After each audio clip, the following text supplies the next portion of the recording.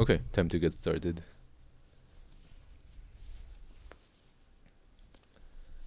I think I've mostly found out what was causing the bot to not work properly. So I feel like now I don't have to worry about it anymore. But anyways, I want to do a quick one today. Oh yeah, I've also figured out some more advanced functionalities that I can do with my like streaming bot. Yeah, streamer bot turned out to be a lot more advanced than I initially thought.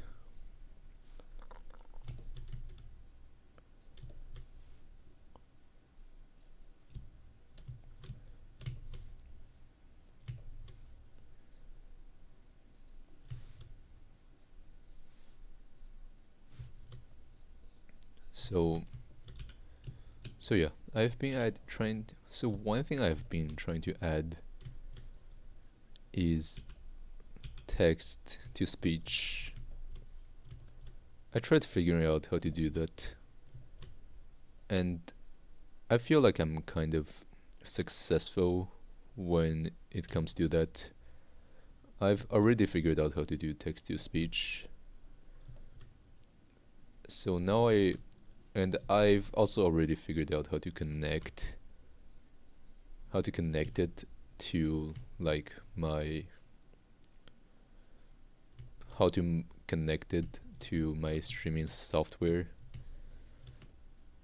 So now really like what I really need to do is to make it actually work in production.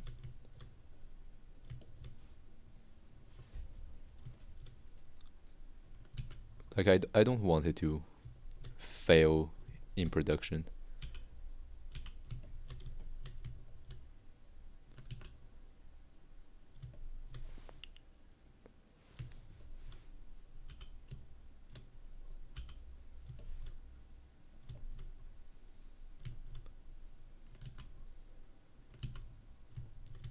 Hey, hello souls. I haven't seen you in I think 3 days. But yeah, welcome back.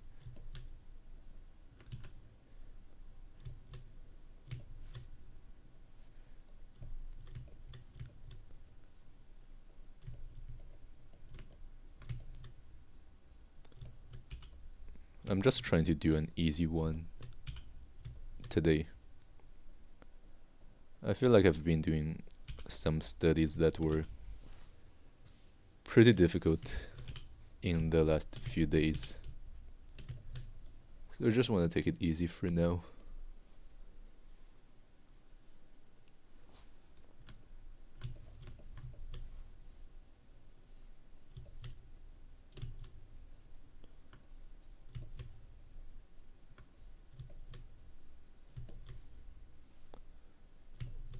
I feel like a problem I have with eyes is that I always place them way too high. I gotta make a habit of placing them a bit lower, I believe. Yeah, like, I think at this point.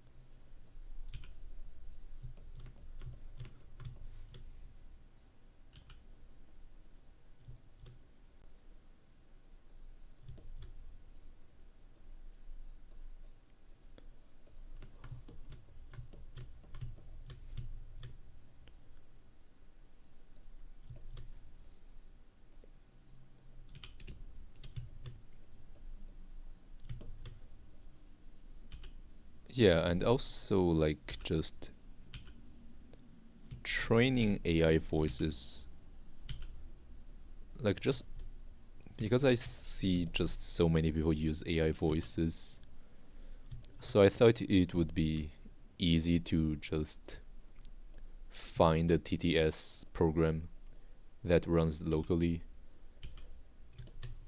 but turns out that it's not as evident as I thought.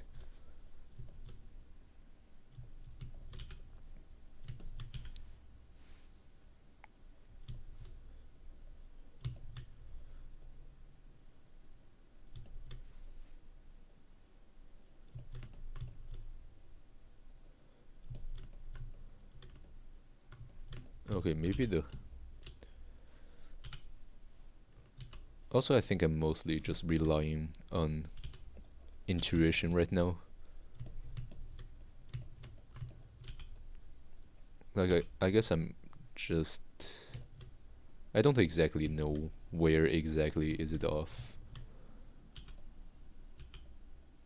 I kind of just feel like an area is off, but I don't know exactly why that is the case.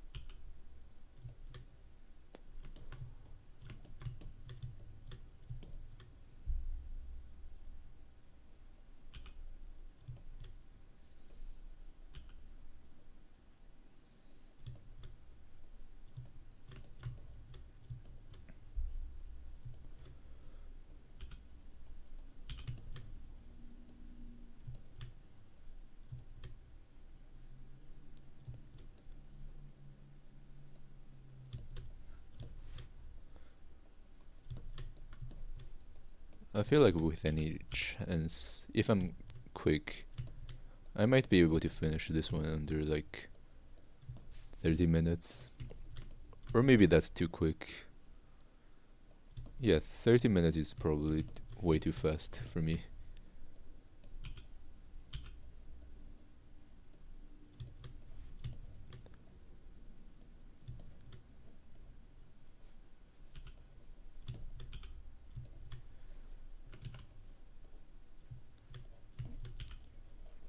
But yeah, like I've actually watched quite a I've actually been watching live streams for quite some times.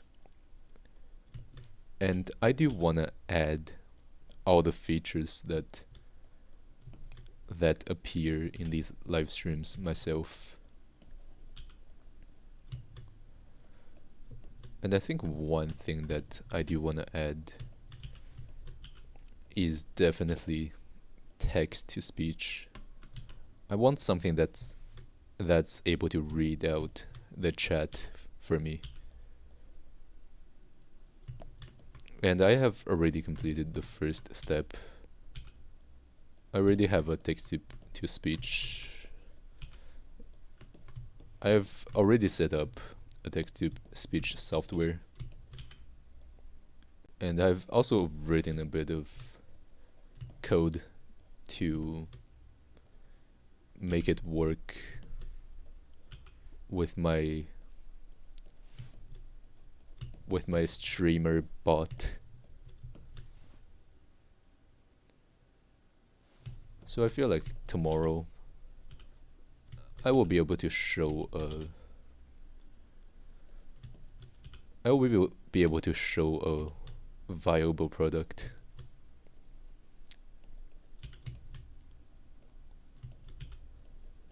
Yeah, because chatbots have actually been something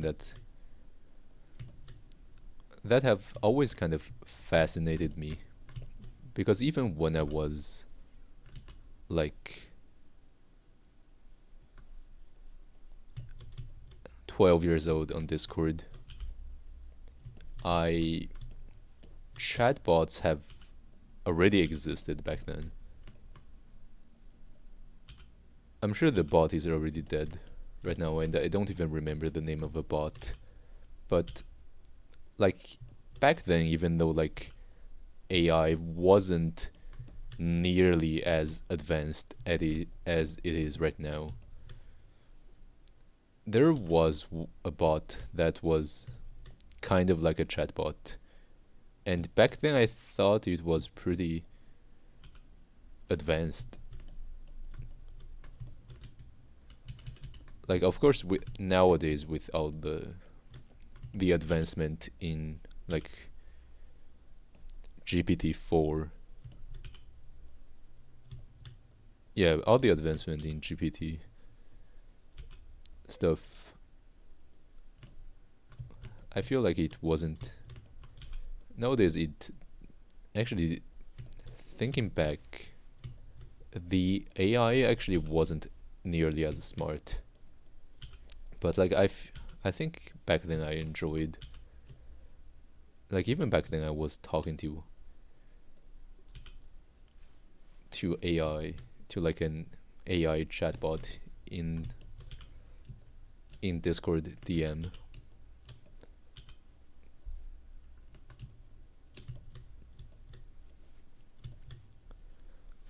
And I guess seeing all these bots on Discord was like what got me into wanting to learn how to program. Because like Discord bots really seemed like magic to me back then. Like they seemed pretty incredible.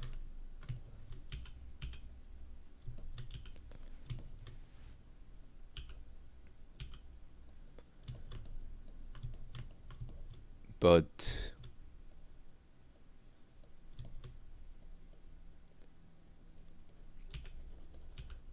like a streaming bot, like a streamer bot, is also kind of similar to like a Discord bot. You can also interact with it, and like I guess I do want to make a chat bot. I think TTS is the first step. I actually don't know if I want to make an... Hey, hello Eternal.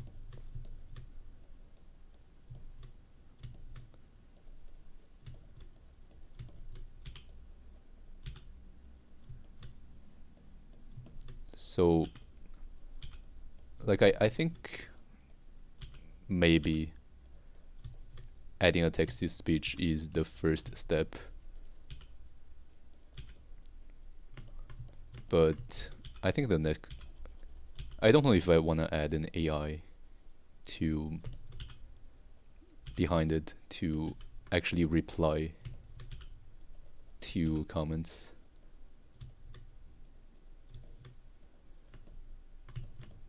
I think maybe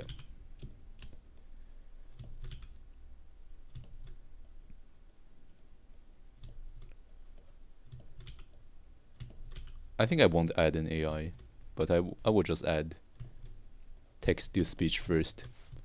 I mean, I can always just attach an AI component to the bot afterward if I want to.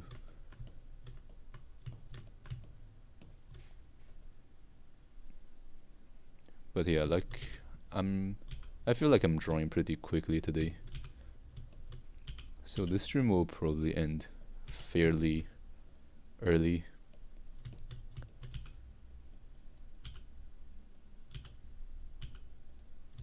I do want to finish what I've started each stream.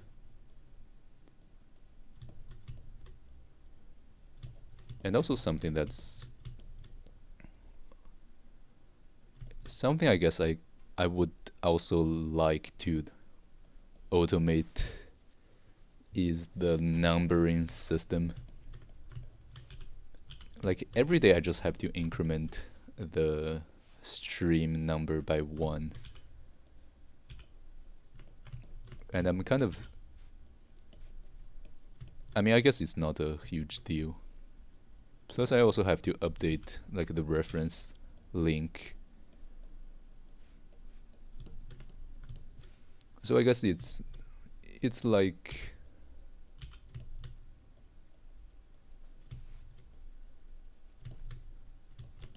yeah, it's like I don't think I can really automate this part away.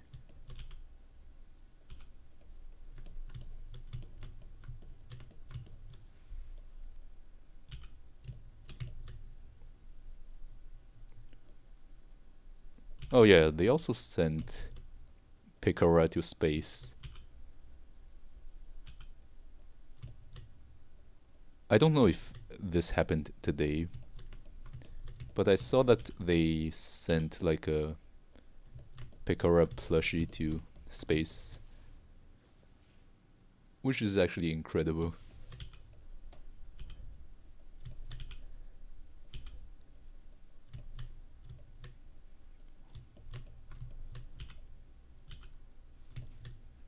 Like I didn't get recommended that video or anything. I think it just of like some channel made a post about it, and I was just like, damn it, is this real? And yeah, like turns out it was actually real.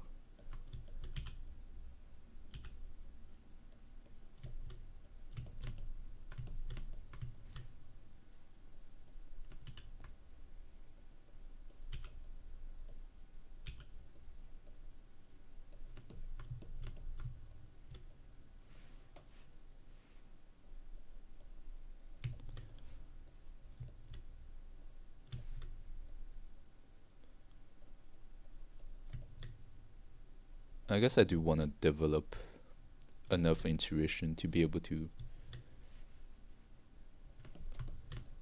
I guess just draw like this pretty automatically. And I feel like I am getting kind of automatic.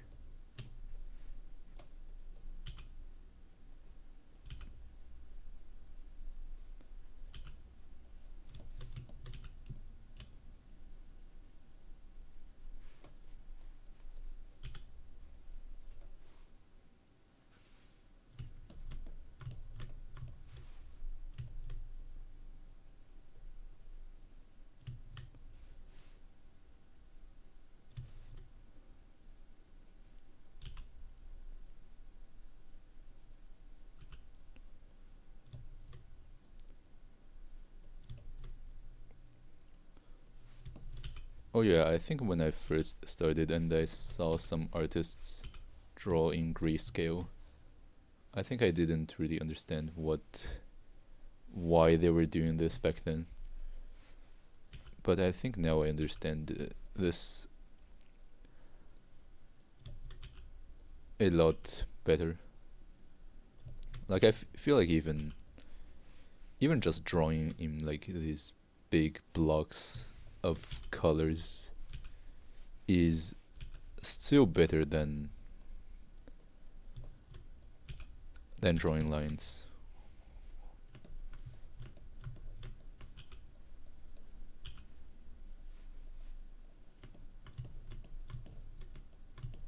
Hey, hello Onigiri Bite.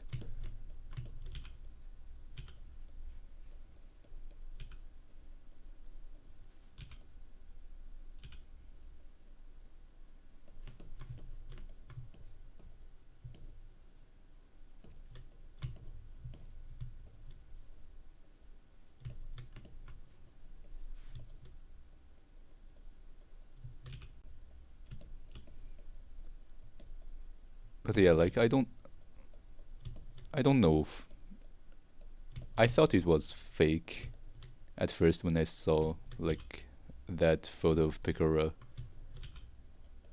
Fumo, I guess, in space. But like they actually sent it. And I don't know if there was a human aboard or not.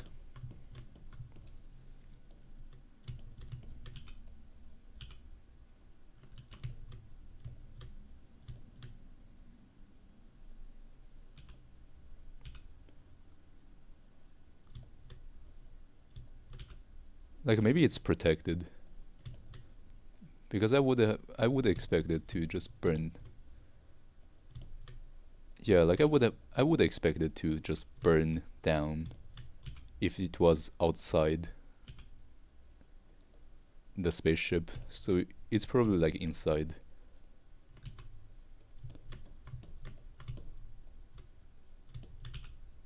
Yeah, like when I saw the photo at first, I just didn't believe it. But yeah, I saw the actual video.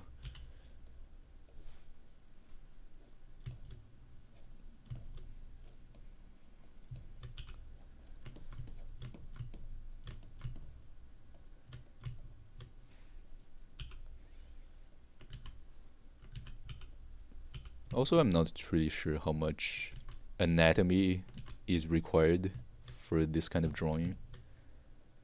Because I feel like even as someone who doesn't know any anatomy necessarily, it's actually pretty manageable.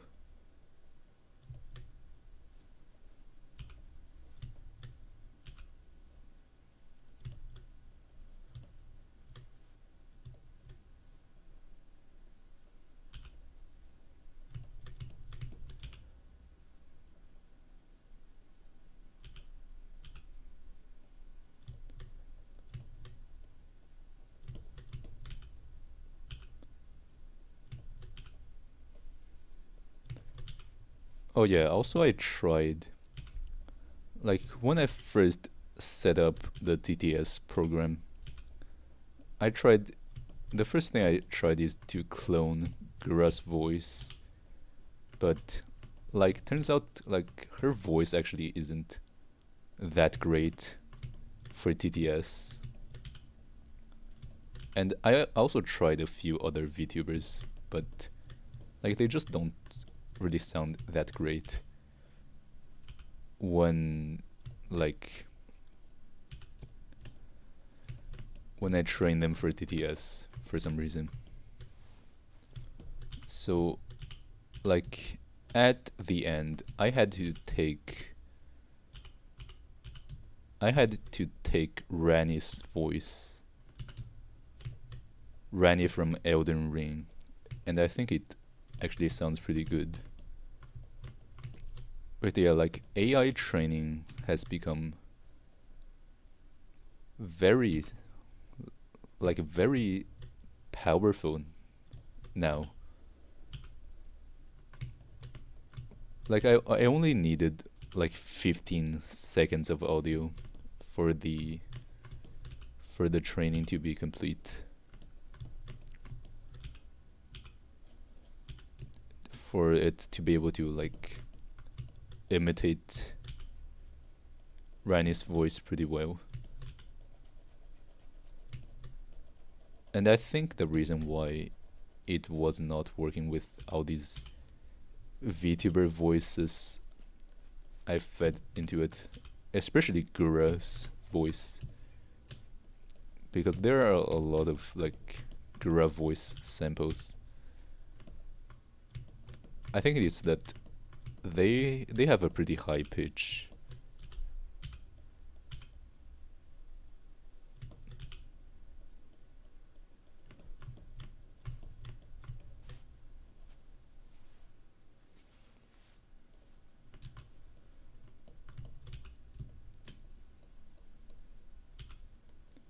But yeah, I think tomorrow, actually even today, I thought I would be able to add text to speech to the chat like I want, like it's kind of ready already, but I would also like to add and give it an avatar. So maybe also add another avatar that would read out the chat for me. I've seen actually one of my favorite artists called Kenny Bimu. He's also doing this. He just have a second avatar beside his main avatar that just reads out the chat.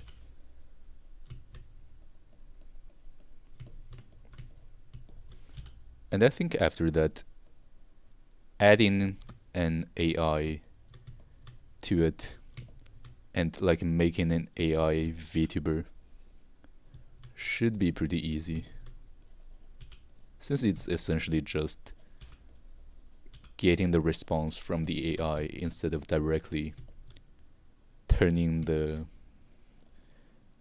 chat message into TTS.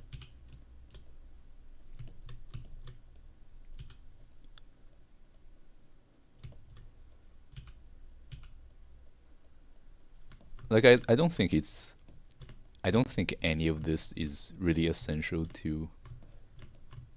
I feel like it to like streaming, but I do wanna just try adding more features to my stream as time goes on.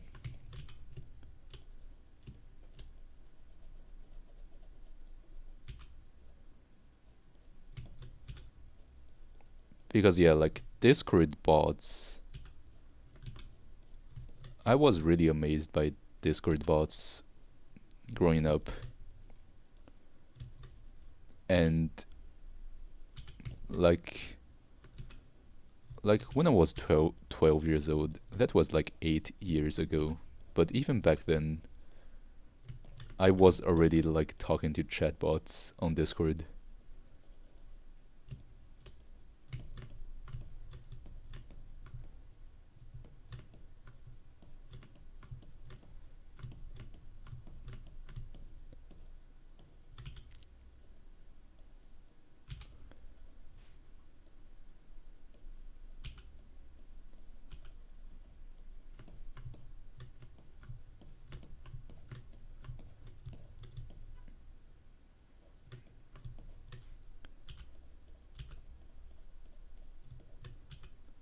Actually, one issue I have is that.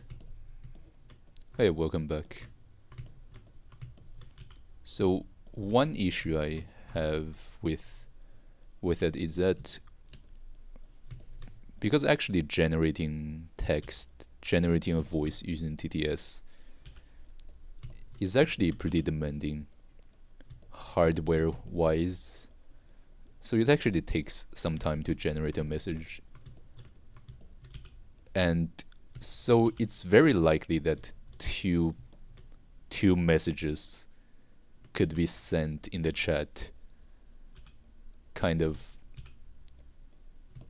not simultaneously, but I guess just very quickly in succession. So like a second input would arrive before the first input was processed. So I don't know if adding a queue system is the best choice.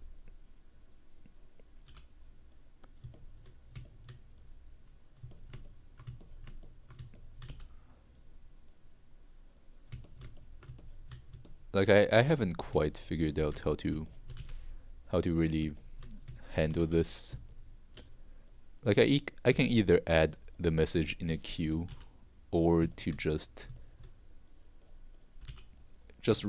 entirely discard the second message. So it's like a first come first serve kind of system.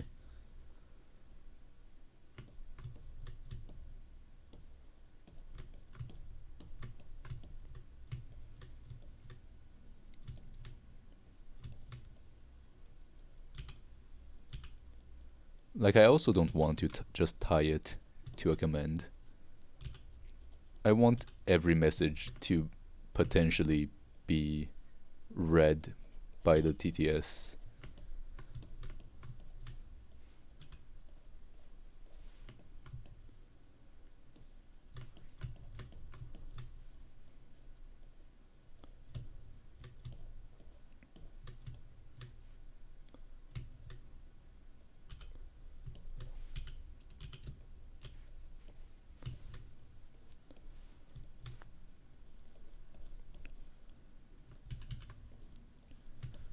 Oh yeah, and I also kind of figured out how Neurosamas like even moves, because making an AI talk is actually relatively easy, but making the avatar move is actually not that easy. But like, what they do is that they just map like a random video to the avatar. So like the avatar's movement is actually not controlled by AI.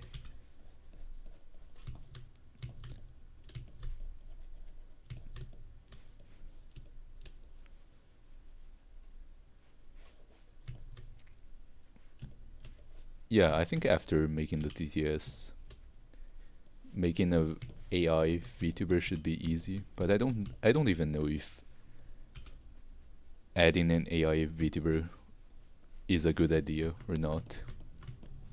Like, it's just like creating a Discord server. Like, I see a lot of people doing it, but I don't even think that's a good idea.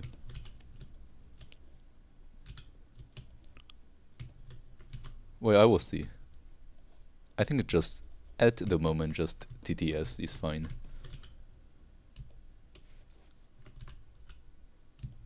Oh, and also, like, if I wanna run a VTuber, like an AI VTuber locally, it's also gonna be eating into my processing power.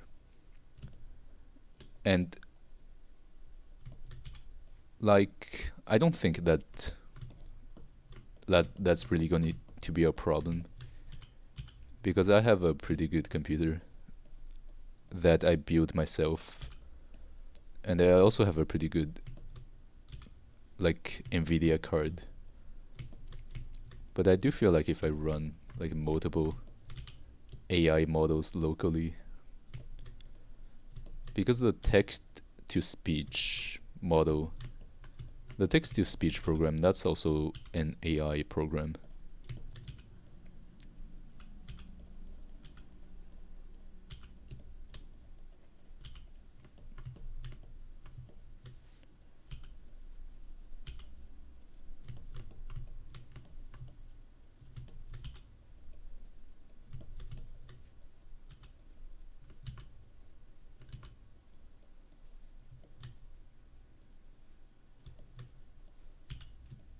Also, something I kind of want to do is I kind of want to, like, maybe in a few years, I actually want to move out. Like, just move across the country to somewhere actually warmer, because I have realized that this part of Canada is like not actually not every part of Canada is super cold. There are some parts of Canada that are actually pretty warm, even in winter. So I would actually like to try living in these places. Like, it's only when it's like minus 15, minus 20 in winter that I suddenly realize just how bad this is. I guess when summer comes, I kind of forget about it.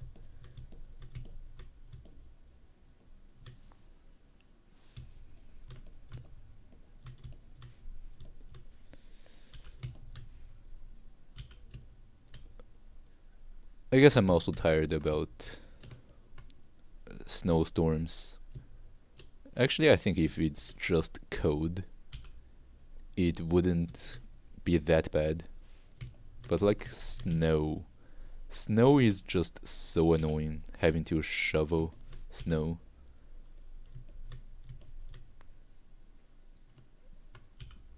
And I think it's actually one of these things that you just don't realize how annoying it is until you've experienced it for yourself.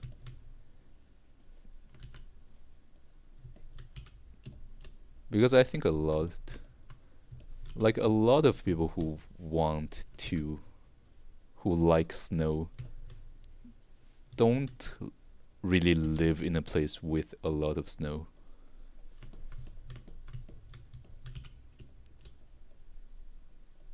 And I think when I was a kid, I also liked snow. But now that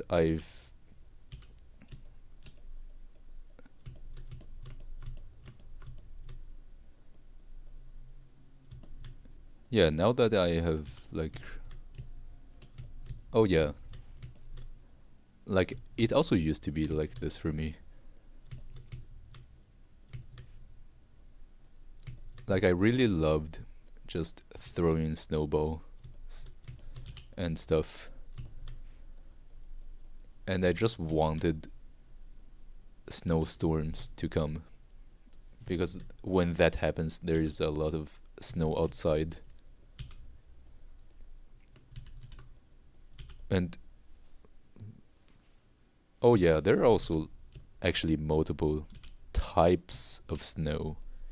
Because I think when the snow is too dry, they don't actually stick together. So you can't actually make snowballs with it. But like I guess when the snow is kind of wet,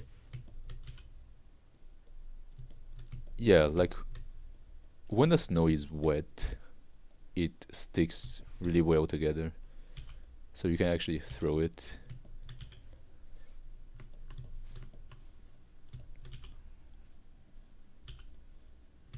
But like nowadays, like when I think about snow, I just think about like how annoying it is to shovel it all the way. And also like something else is like every time it snows you have to like remove snow from your car.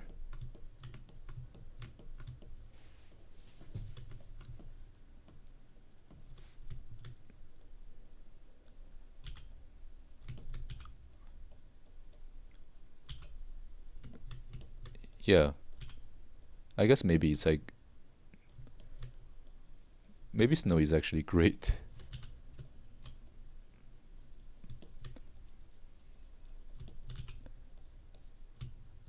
This also reminds me that I haven't really played with snow for quite some time now.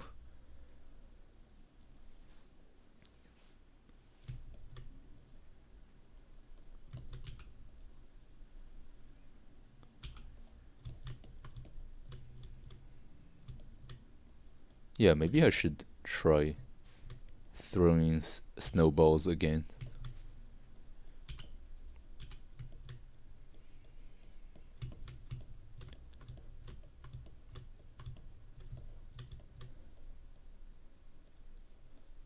Oh, that's nice.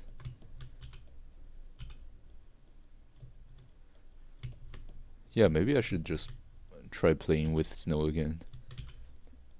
Maybe that's gonna stop being annoying.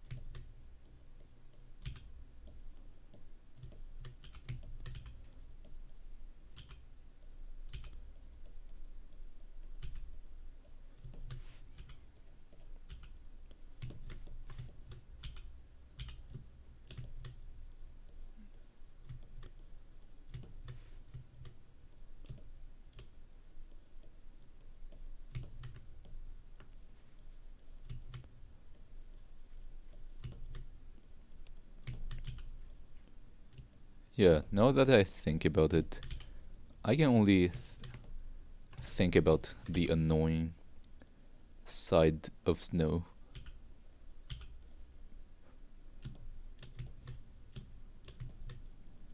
But maybe I should try seeing the good side of it.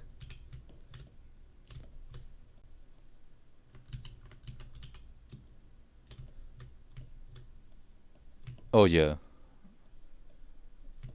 I guess snow must be really good when there isn't a lot of it.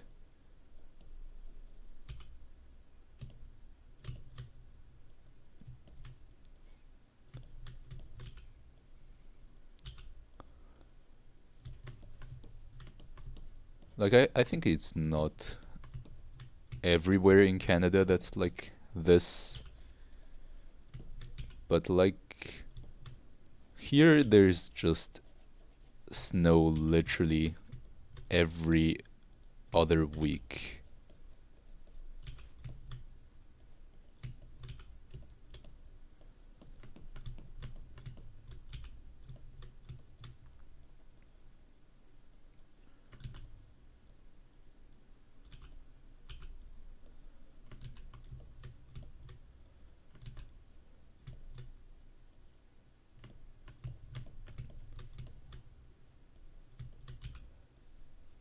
Yeah, I think like snow that are are like, I guess, kind of light, like sand. I don't mind these as much. I don't like when the snow is really heavy and wet, because not only is it just super annoying to shovel because it's so heavy, it also just, yeah, like it's just super heavy.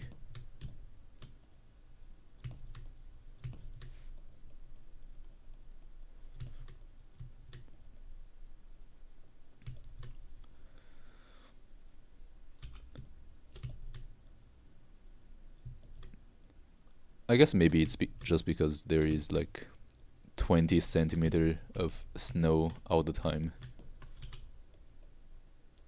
I think maybe if I were to live in a place without this much snow, maybe it would be a bit better. And also not as cold.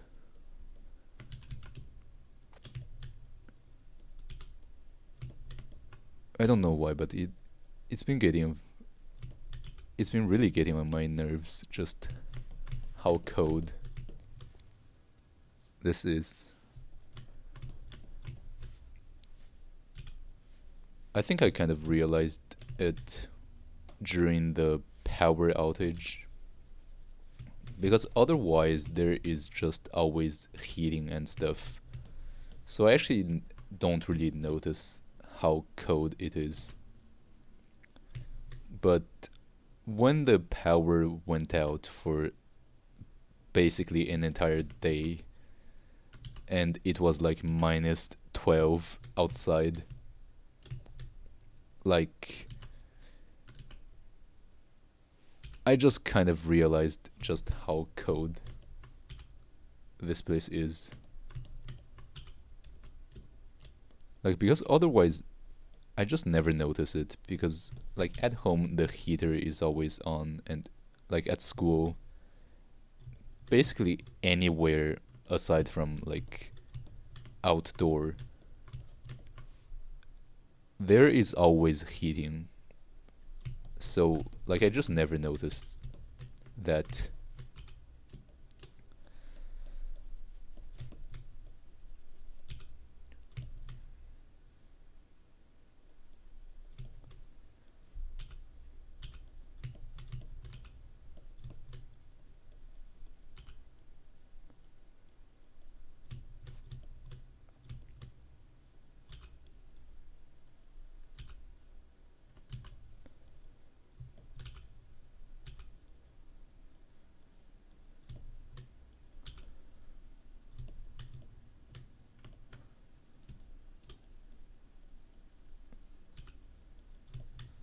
Oh yeah, also what I hate even more than like super wet snow. I think it's when like it's minus 20 and the snow just becomes super hard. It becomes almost as hard as like ice. So like it's not even soft and fluffy like just snow, but it's just hard blocks. Like that's also annoying.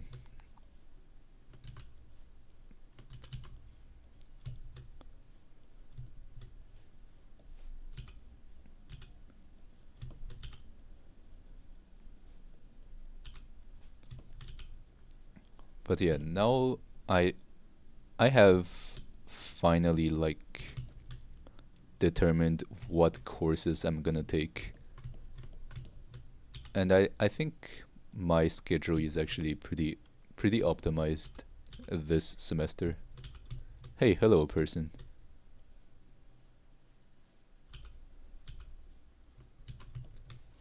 I think my schedule is pretty optimized this semester. So I think I'm just gonna because on 2 days a week I'm gonna have like 5 hours of classes in a row. So these 2 days are gonna be the most brutal for me. So yeah, I'm gonna go to class during these days. I feel like it's also the most efficient use of my time. Since I'm gonna spend time commuting to school anyways. But like the other days, I'm only gonna have one class, and that class is actually a very low level course. So that class is very easy, and it's also recorded.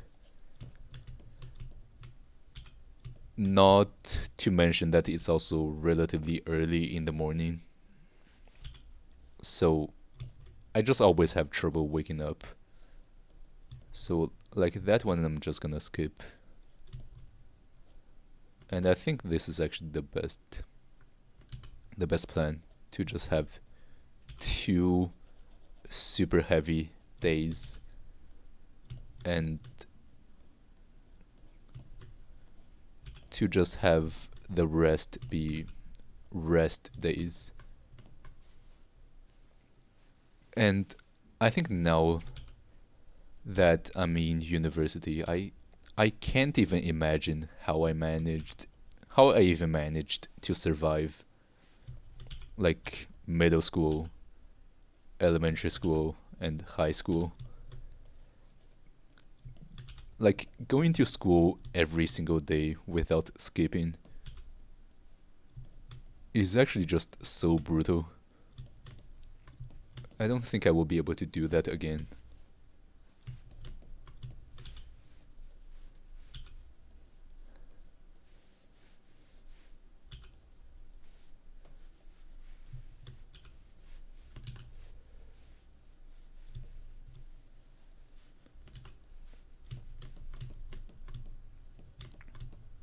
But yeah, I have also formed groups for all my group projects.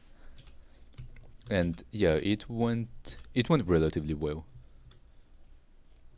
because like I was lucky enough to have people I know in the classes that I'm taking. So like I just partnered with them.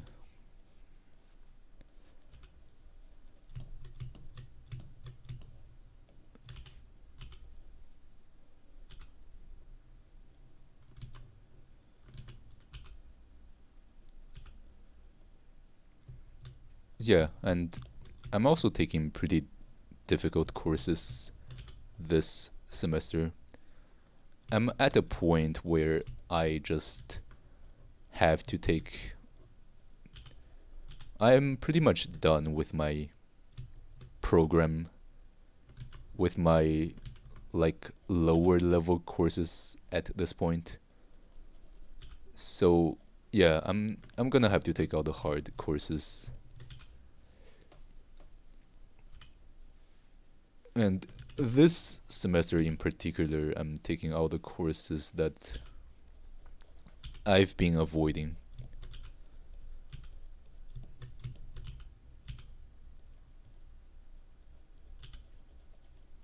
Yeah, I'm also graduating in 2 years.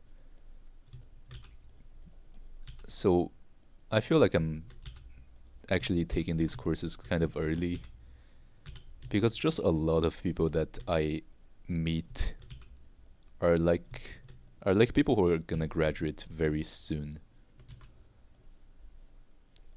Especially the person I was like partnering. There was a person I was with last year, and he was already working part time, and that was his last semester. Like I've just met so many people who's in classes that it's their last semester.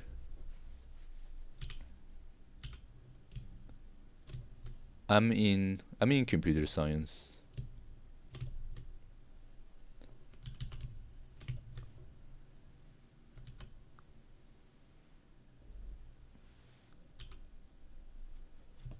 But yeah, like I feel like I'm taking courses that are pretty advanced for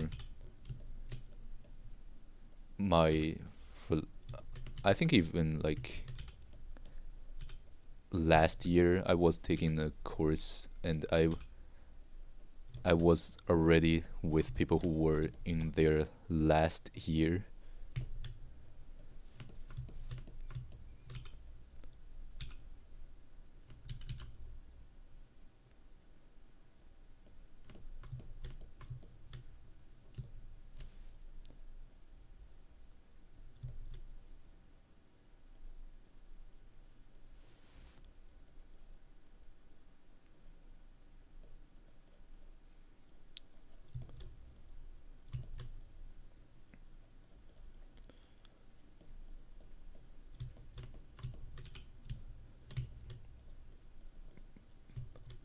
Like I think one thing that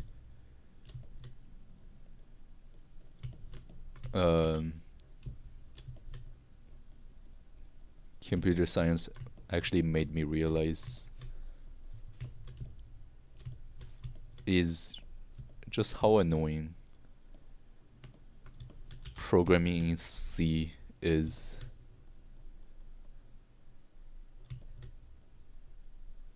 And like it used to be that I thought that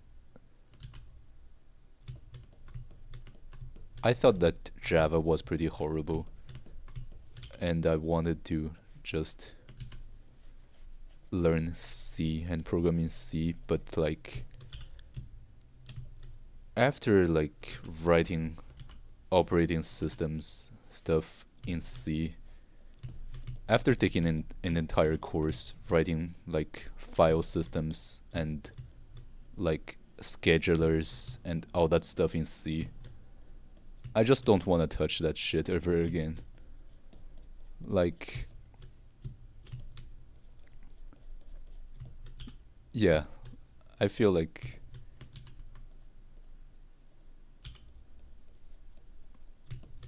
maybe just operating system is just difficult.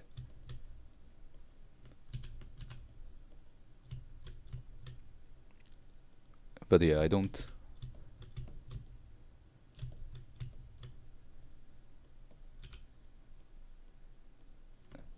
want to write operating system stuff. And I'm actually pretty thankful for Java now that I'm doing concurrent programming.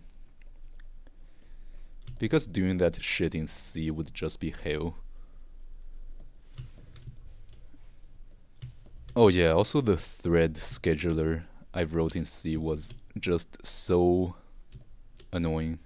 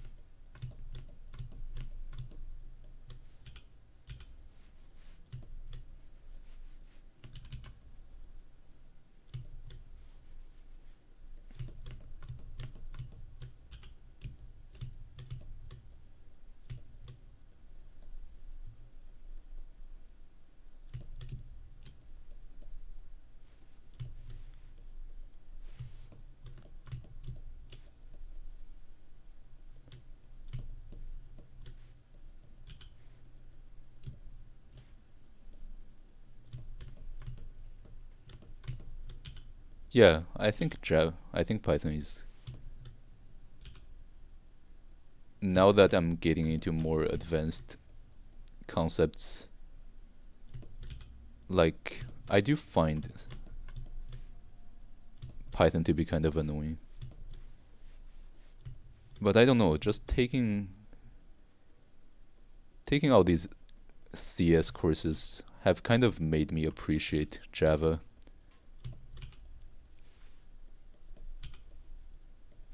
And I was actually relieved to be able to do concurrent programming in Java and not C. I feel like doing it in C would just be a nightmare.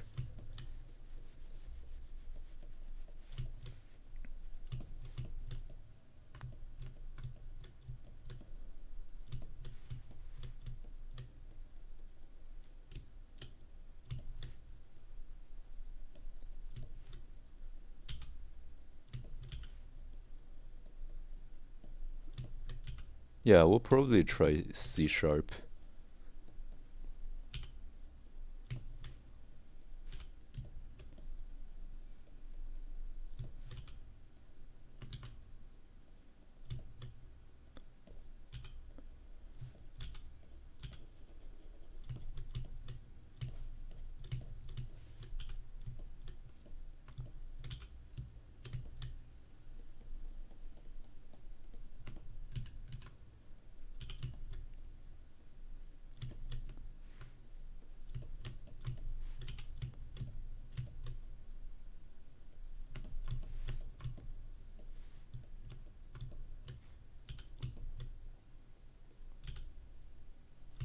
Yeah, I've seen that.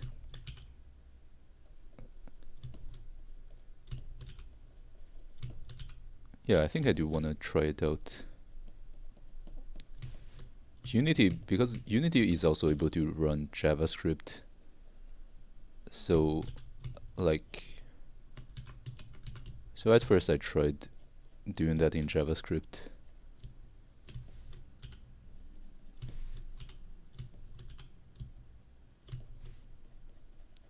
And like I also used to don't really like JavaScript. Like they would install entire, like set up an entire npm project for super simple stuff.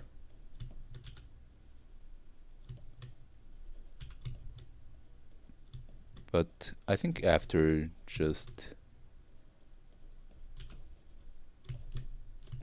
having worked with Docker and container stuff,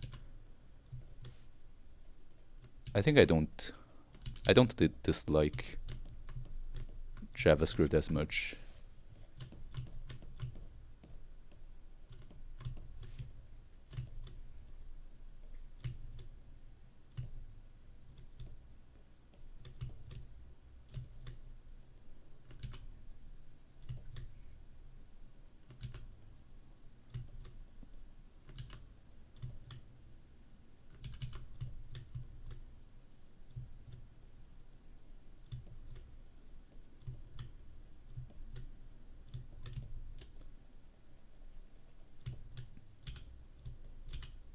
Yeah, I do feel like C# is kind of great.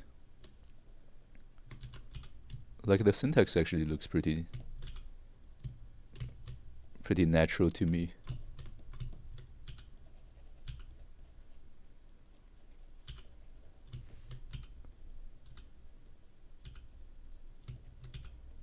I guess maybe the difficulty I encountered with C is that I also was doing just low-level OS stuff.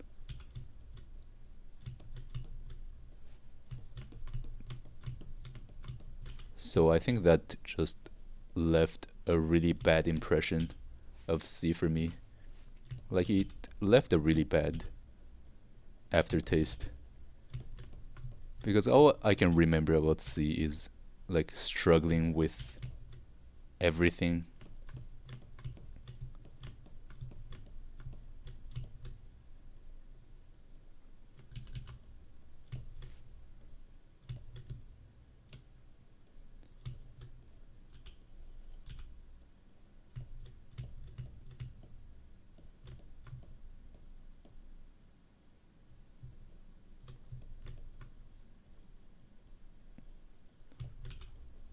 Yeah, C# is great.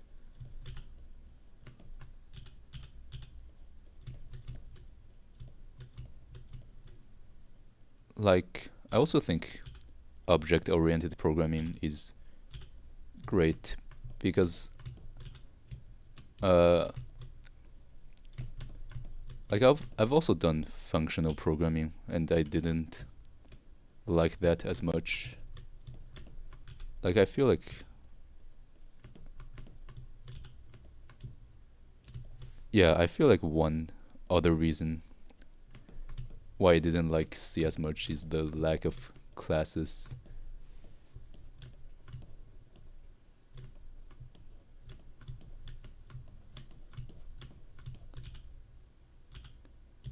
And also remember like just our last assignment, which was writing a file system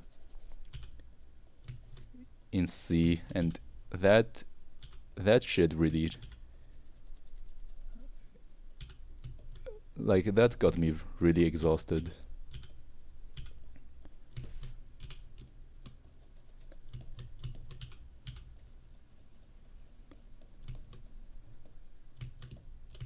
And I think nowadays people use Rust a lot more.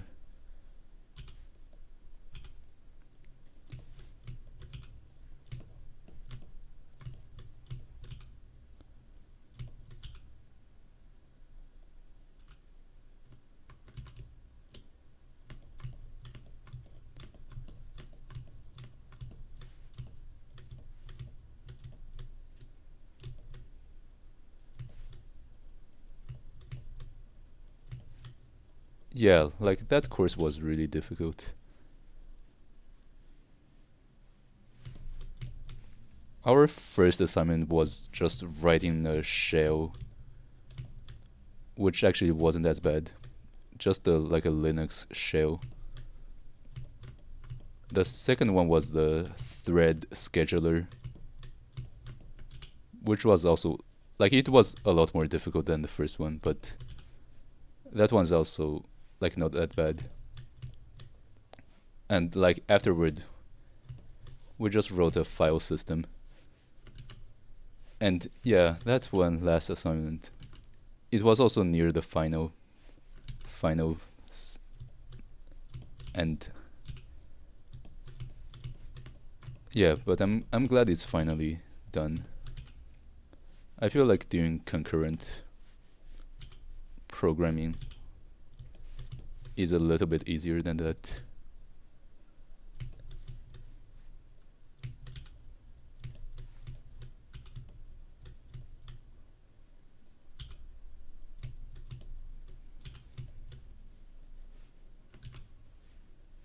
Yeah, and I feel like this is also the kind of thing that it's difficult to get the motivation to actually do it if you're not pressured by something.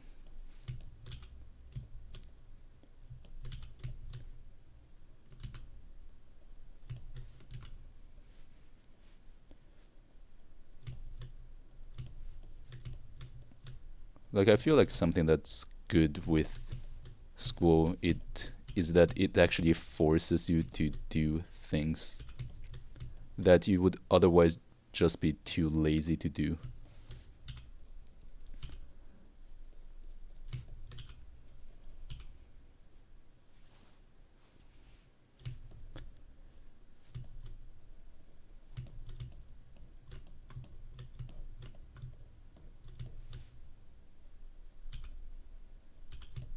Yeah, but it's more like understanding how it works.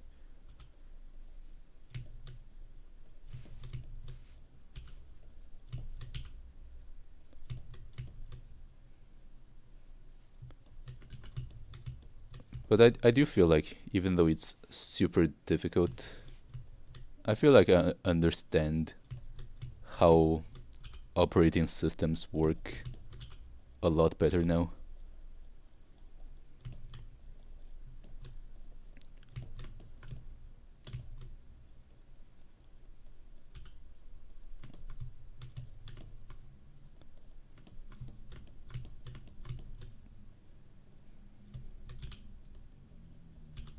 Yeah, because I remember for that class, like after the second,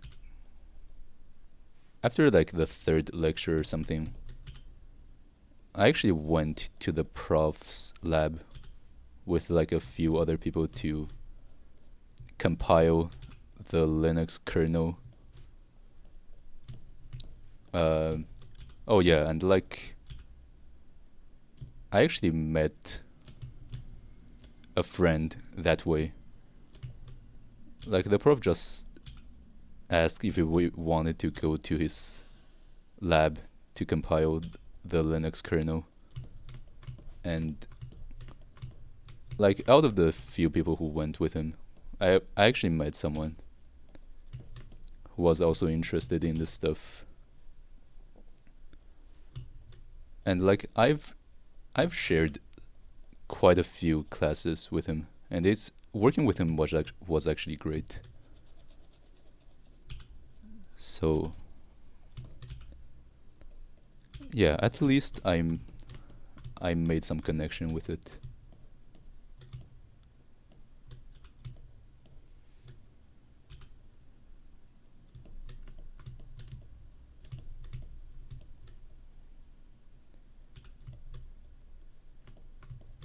Yeah, I feel like it also just cleared up some misconceptions that I have. Like even if I never use it.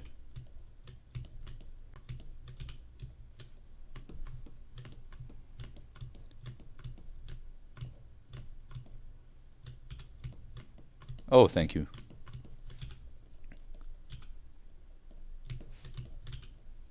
I don't know how I even managed to do this, by the way. I think maybe it's because I have actually drawn a lot. So like drawing kind of feels a bit automatic now.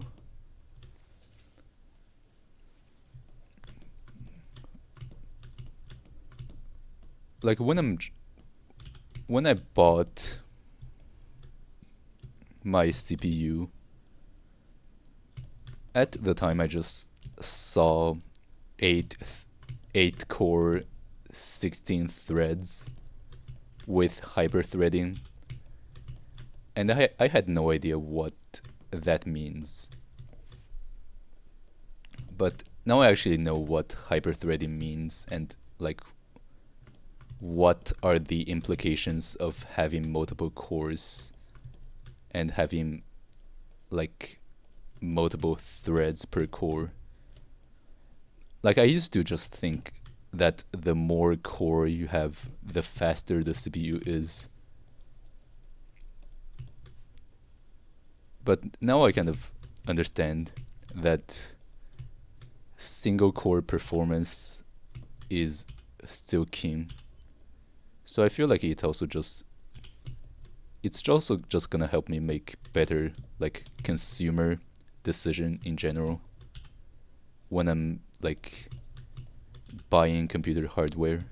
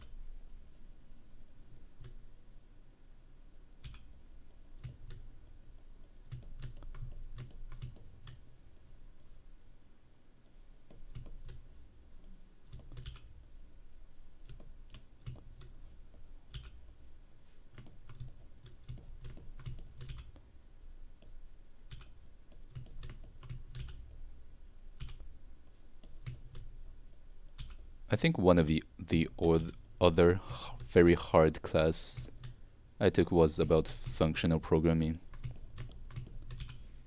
And yeah, that class, the final project, was literally so hard that the prof just cut out most of it.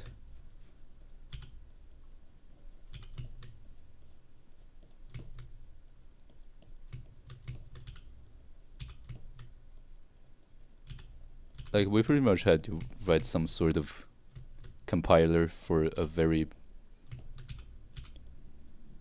and like just checking syntax for like a relatively simple programming language. But like doing that in like functional programming was so difficult.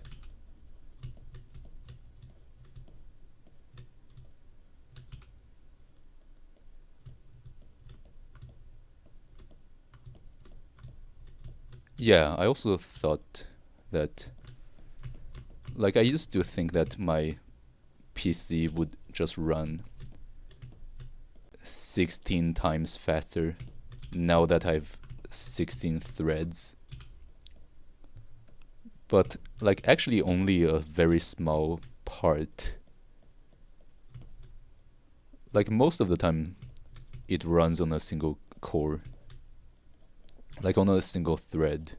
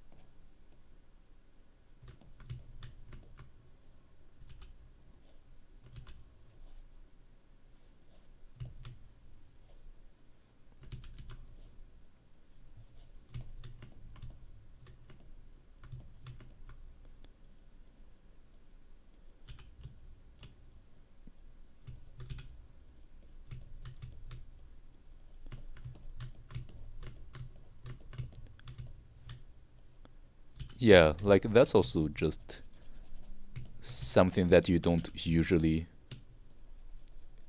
know. I feel like most consumers,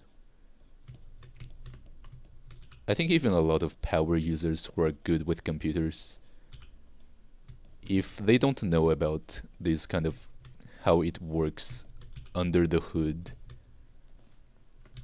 they're still gonna have the misconception that the more cores you have, the faster it is.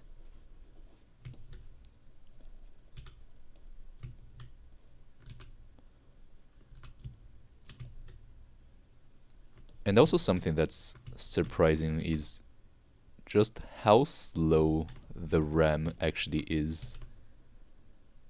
Because actually a lot of the speed actually comes from like the cache. Like if you get a lot of cache misses, the programming is actually gonna be very slow.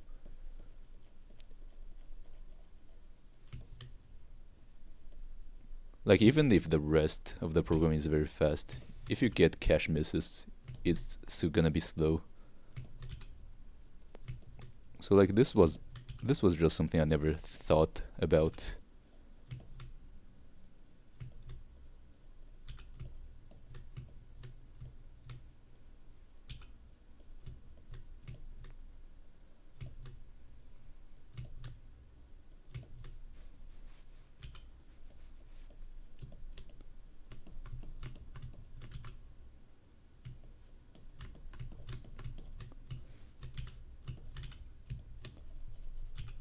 Yeah, that's kind of the problem.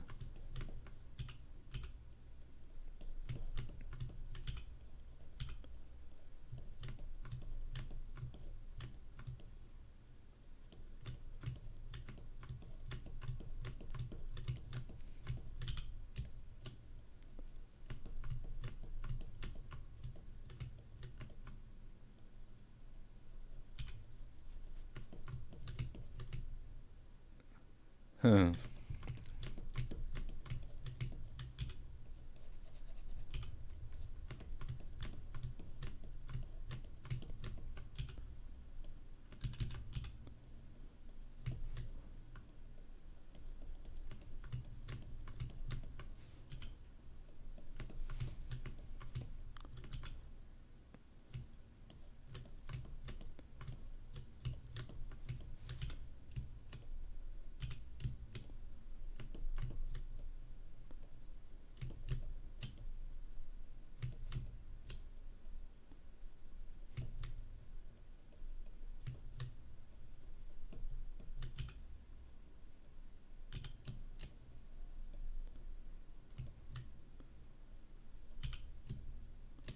Yeah, I actually don't know if I'm even gonna get a job. I feel like everything is just getting replaced by AI. But I still feel like just knowing about this stuff is kind of interesting. And I feel like it also helps me with other stuff. Like I'm actually able to write plugins and stuff that for my streamer bot, so that I don't have to rely on others.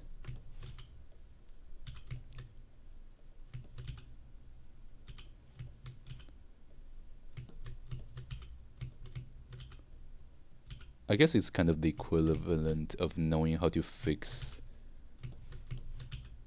your like knowing how to fix your house so that you don't have to hire someone every time something breaks.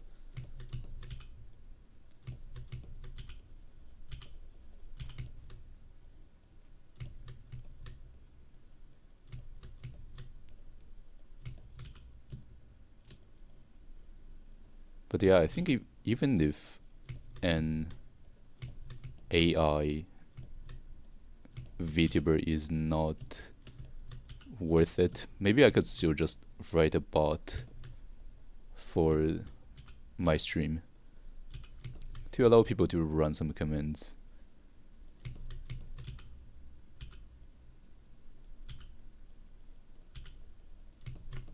This is actually something I wanted to do ever since I started using Discord. I was pretty amazed by like Discord bots back then.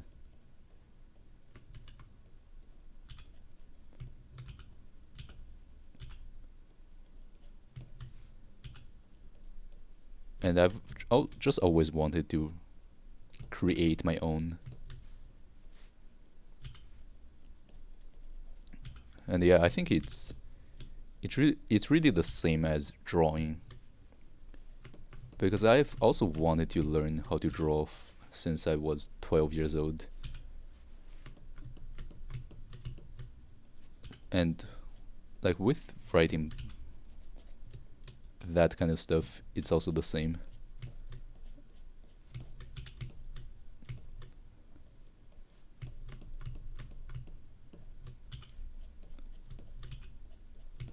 So yeah, I think I'm definitely gonna do it.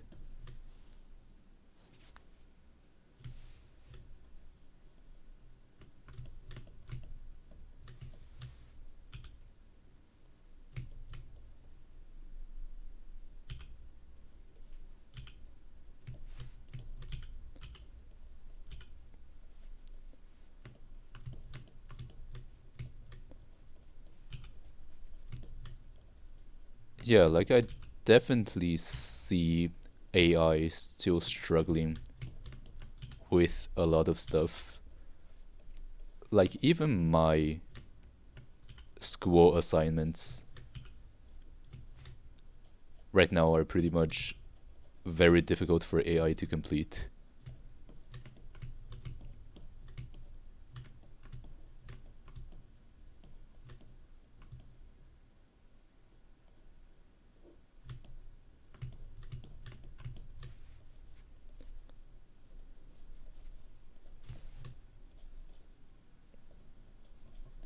Like I actually wanted AI to just write a plugin for my streamer bot, but like the AI was just not. I used at least Chat GPT wasn't able to do it, even though I gave it a lot of information.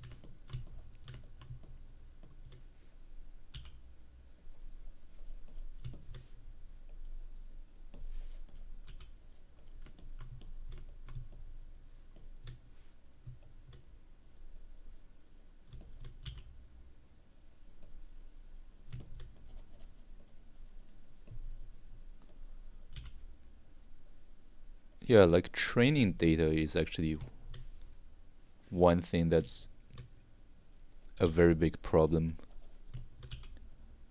with AI, because like even when today I wanted to train my own voice model,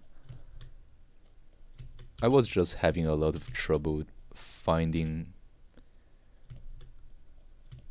the data set to actually train it on.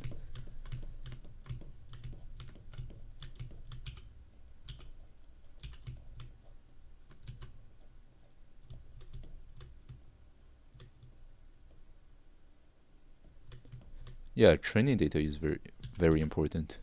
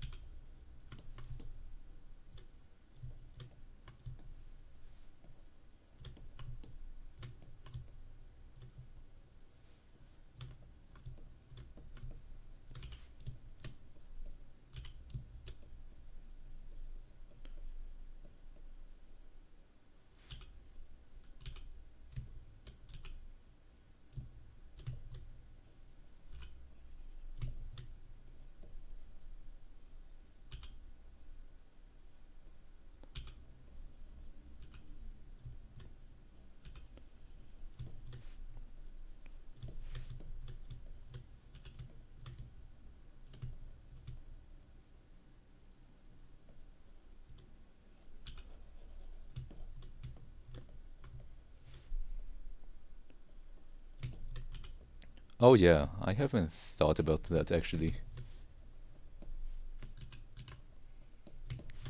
Yeah, maybe that's why Google is collecting so much data. Like I think even with YouTube, because YouTube is they've never made money with YouTube. They just never made a profit, but they still just keep running YouTube.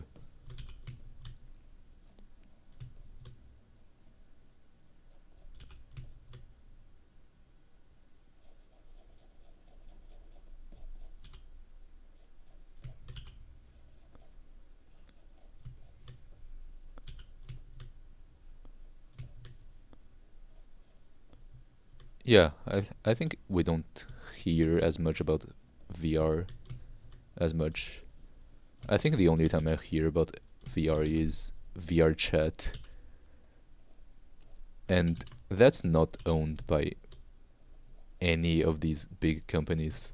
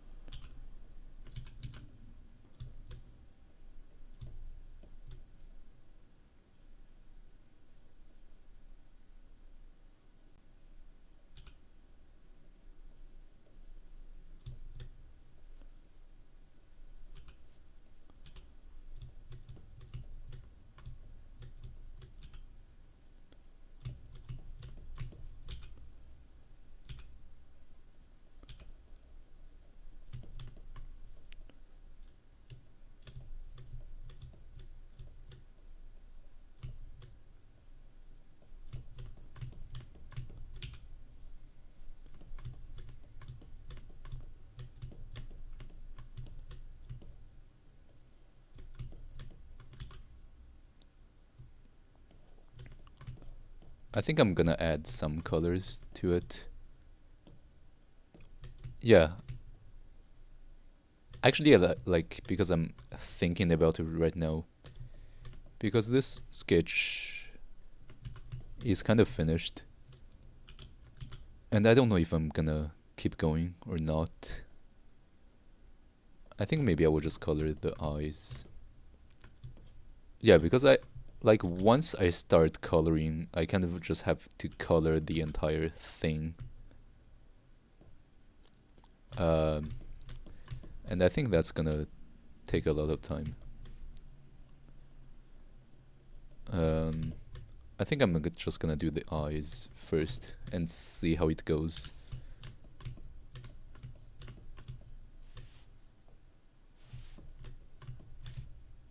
Yeah, like I also see YouTube pushing a lot of stuff. Like they are pushing shorts a lot to compete with TikTok and Instagram. And I also feel like just it's yeah, like it's definitely not really making money for Google.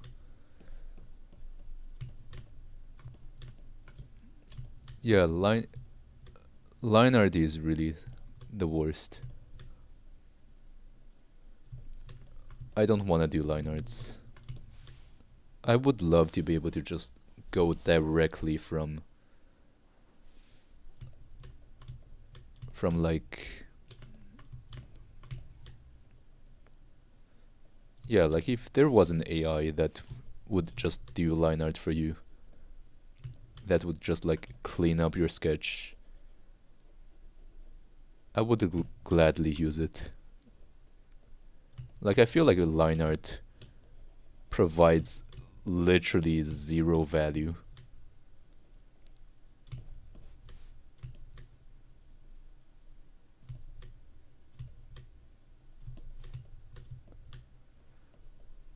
I mean, like even the pros, they don't like line art.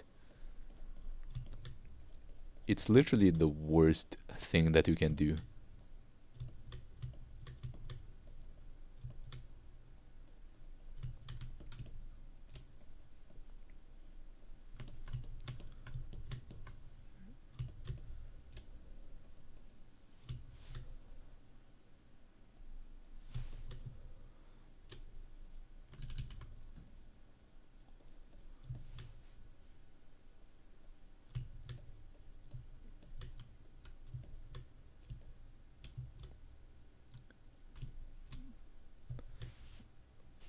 Oh yeah, and also like to make the face look good, a lot of it is actually dependent on how good how good the eyes look.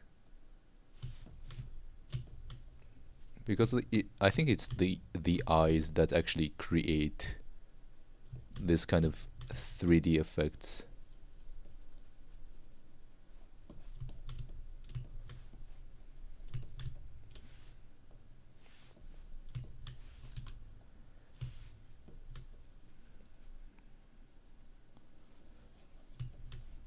Yeah, I feel like just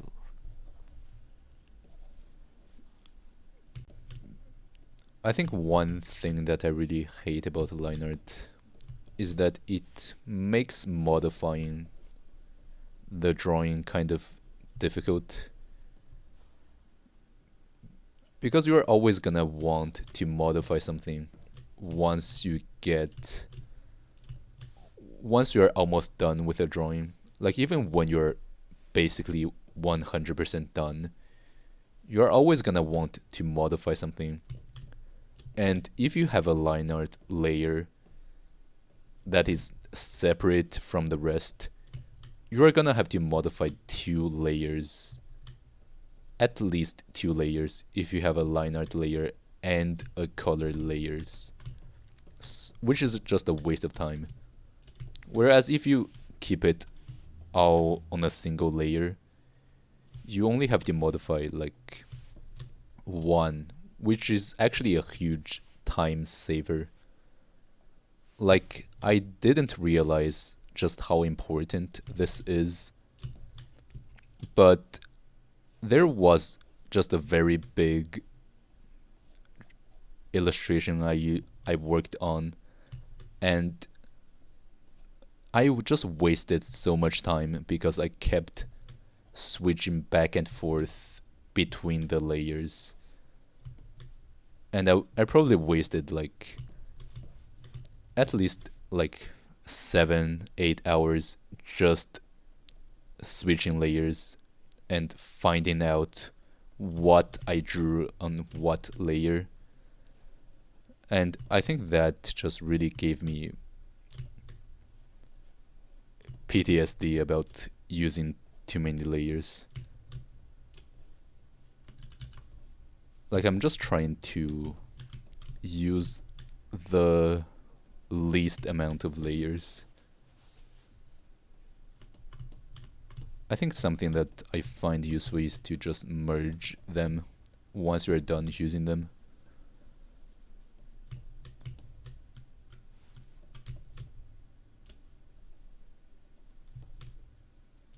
But yeah, I do want to draw the eyes, at least just a little bit, because I'm pretty bad with eyes.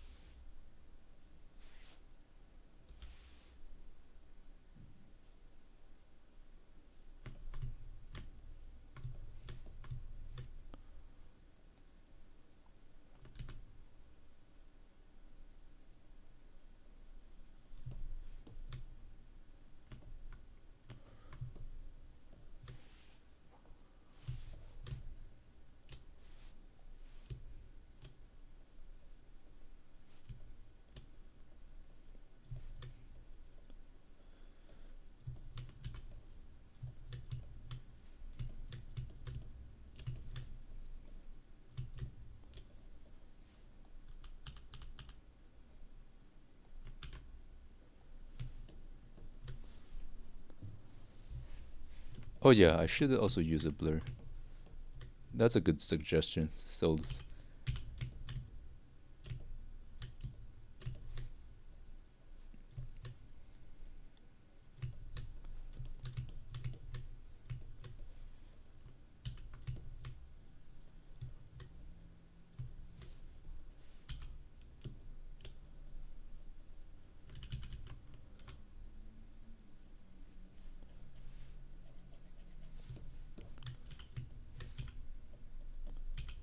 Yeah, like I used to think that professional artists would use a lot of layers because that's what I've kind of saw Pixiv and such sites where people like give tutorials, where people post tutorials. But like I watched a lot of art streams and just a lot of really top tier artists only draw on a single layer. So like it kind of made me realize that you don't need layers. You don't actually need it to produce good work.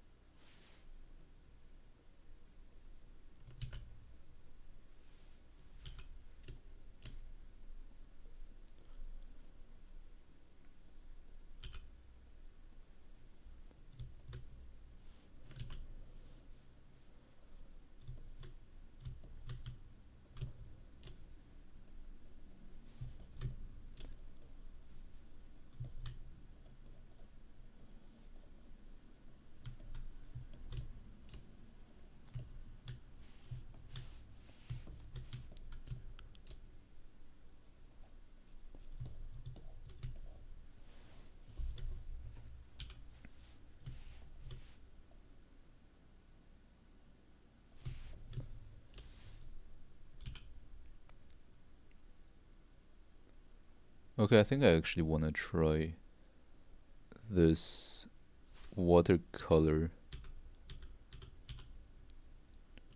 coloring brush.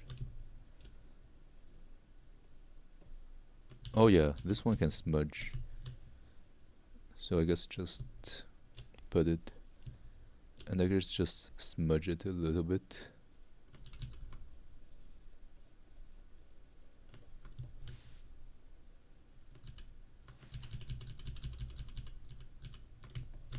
Okay, I do need to lower the opacity though.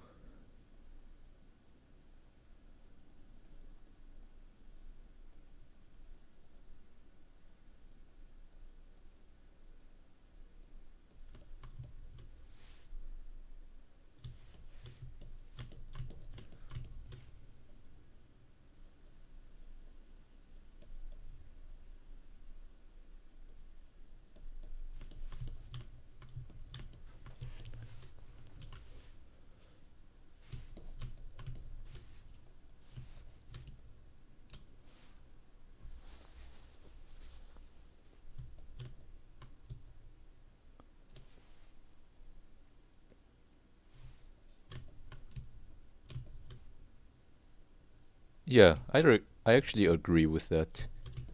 I think it's more for distinct objects where like one is in front of the other rather than like using it as just a way to not draw over another.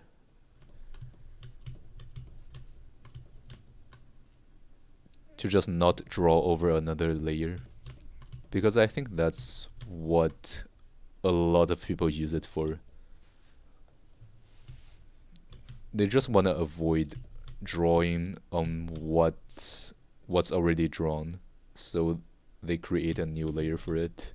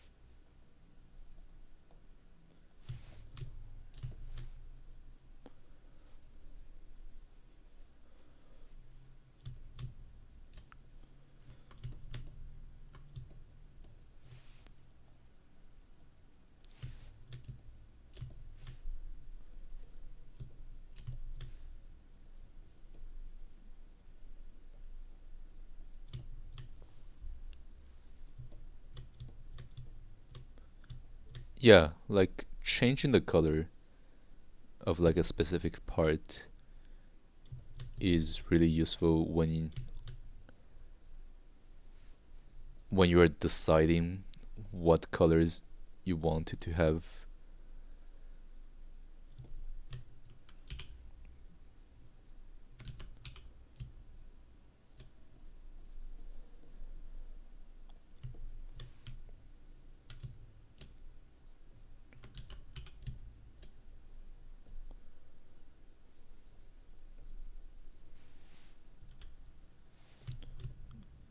Oh yeah, this was my blend.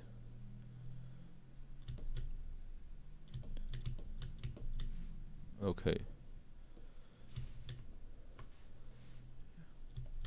Yeah, so I guess blend a little bit around the edge.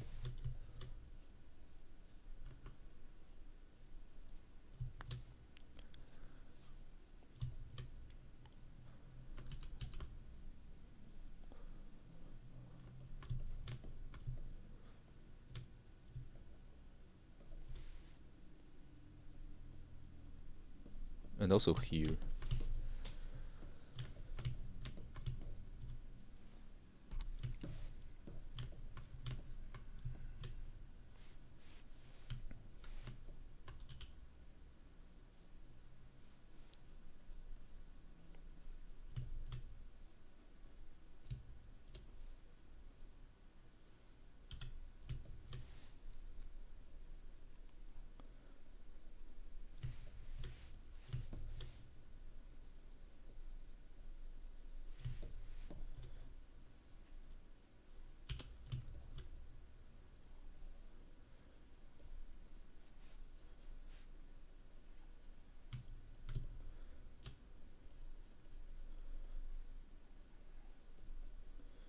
Okay.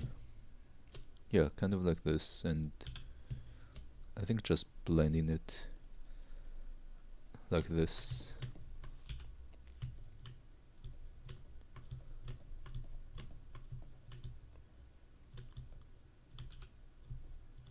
Yeah, I guess the alternative would be to sketch in another color or to sketch in just pure black. But I think the problem with pure black is that it's too dark. And it's actually very difficult to like produce, to like I guess kind of see what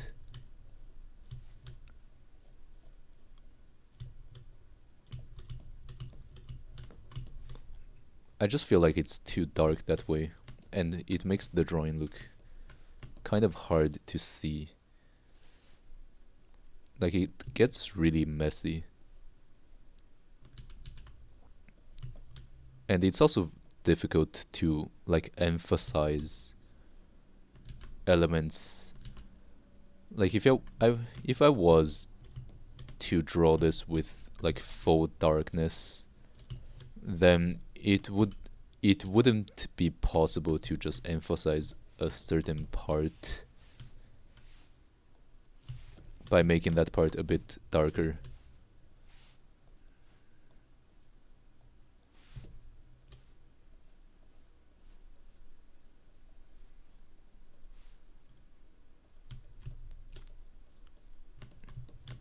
And like sketching with like there are some artists who sketch in like blue or like red, but that's pretty much the same as just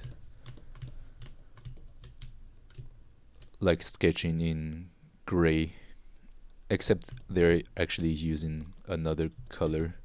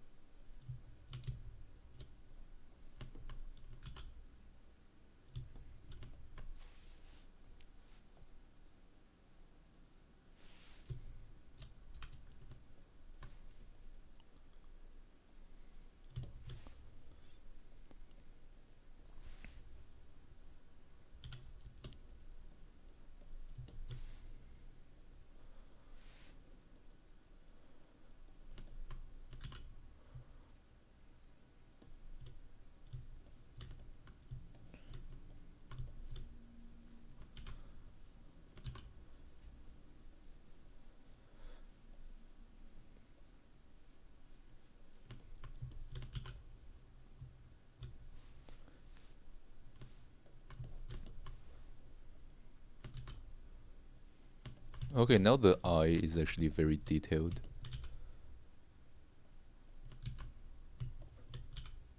What do you mean color theory? Like there are some color theory that are just like what each color means. And I feel like that one is kind of not that useful.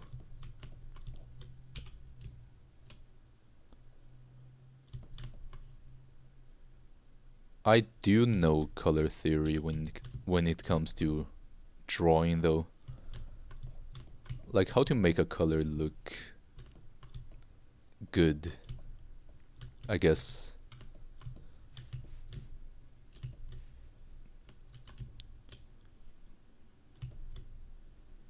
So basically like when a color gets darker or like lighter, you always gotta change the hue by a little bit. Like that's about it for the color theory.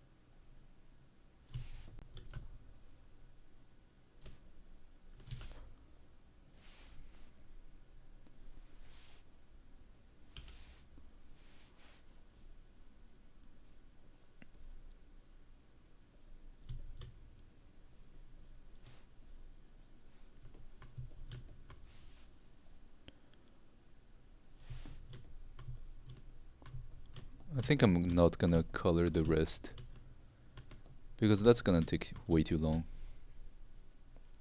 So we'll just leave it like this. But yeah, gotta end the stream soon since I'm basically done.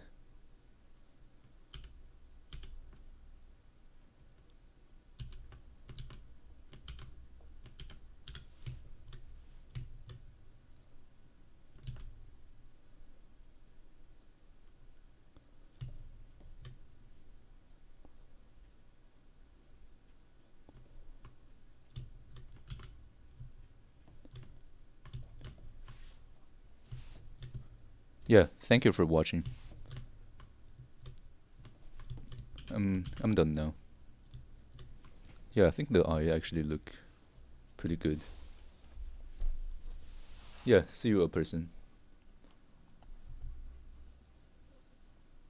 Yeah, I think it's good. Alright, thank you for watching. I will see you tomorrow. Bye bye. Yeah, see you souls. And bye bye onigiri.